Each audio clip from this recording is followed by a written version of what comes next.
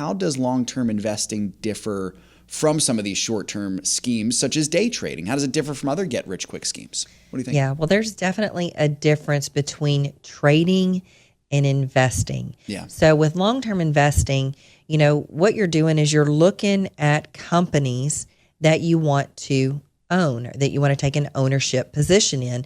So when you're looking at stocks just aren't some arbitrary thing that you just, let's throw a dart at a dartboard and see which stocks to buy. I mean, there was a time when you can be successful pretty much doing that, but you really want to look at this as an investment opportunity. So publicly traded companies post their results. They give detailed information about their sales. You can look back at their sales history, their earnings history. You can look at the stock price. You can look at the valuation. You can even, as a shareholder, you can listen into conference calls that are given by management for shareholders once a quarter. So you're really looking at a company and saying, hey, this is a good company. They have a good business plan. They have good management. They have a history of good results. I think I want to be an owner of that company. And then you accomplish that by buying shares of the stock. Trading is much different. It is very short term. It's dependent on emotions. So if you follow the stock market from day to day, you'll see one day it's up, one day it's down. It can move up a lot in one day. It can move down a lot in one day.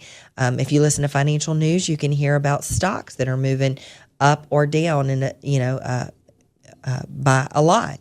So you can really be tempted to try to get rich quick. You can.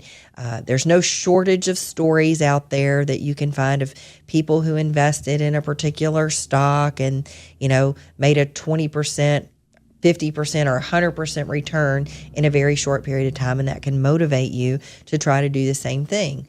Well, you probably don't hear the stories about all the people who didn't win, who lost 20%, 50%, or even 100% by taking risk that they had not calculated the cost on. So, short-term trading is more like gambling. I mean, emotions are very unstable. In fact, in short-term trading, you're fighting your own emotions of fear and greed to try to make a return. So long-term strategies end up being better for your blood pressure. Not really. I mean, I'm not a doctor, so I can't really say that. But, for your emotional well-being, a long-term strategy is better. If hey, I've done my homework, I've evaluated this, I think in, 5, 8, 10 years, I'm going to be better off in this position than I am today. You can take the ups and downs a little bit more easily without really worrying about it. And a long-term strategy can be better for your taxes, because if you're doing the short-term trading stuff, you've really got to battle.